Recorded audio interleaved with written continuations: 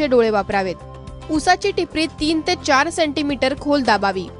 टिपरीची लागवड करताना डोळे बाजूला येतील याची काळजी घ्यावी। सुरू ऊस लागवडीसाठी फुले 265, को 86-032, को 72-19, को M 71-25, को 80-14, को 75-27 आणि को 94-012 या जातींची निवड करावी। ऊसाचं बेणं 9 ते 10 महिने वाढीचं शुद्ध, निरोगी आणि रसरशीत असावं। या बेण्याच्या हेक्टरी 25 ते 30 हजार डोळ्यांची टिपऱ्यांची गरज असते। खवले कीड, पिठ्या ढेकूण आणि काणी रोगाच्या नियंत्रणासाठी लागवडीपूर्वी बेण्यावर बीज प्रक्रिया करणं आवश्यक असतं। लागवडीपूर्वी मेलिथिऑन 30 मिलीलीटर अधिक 22 टीन 10 ग्रॅम यांचं 10 लिटर पाण्यात द्रावण तयार करावं।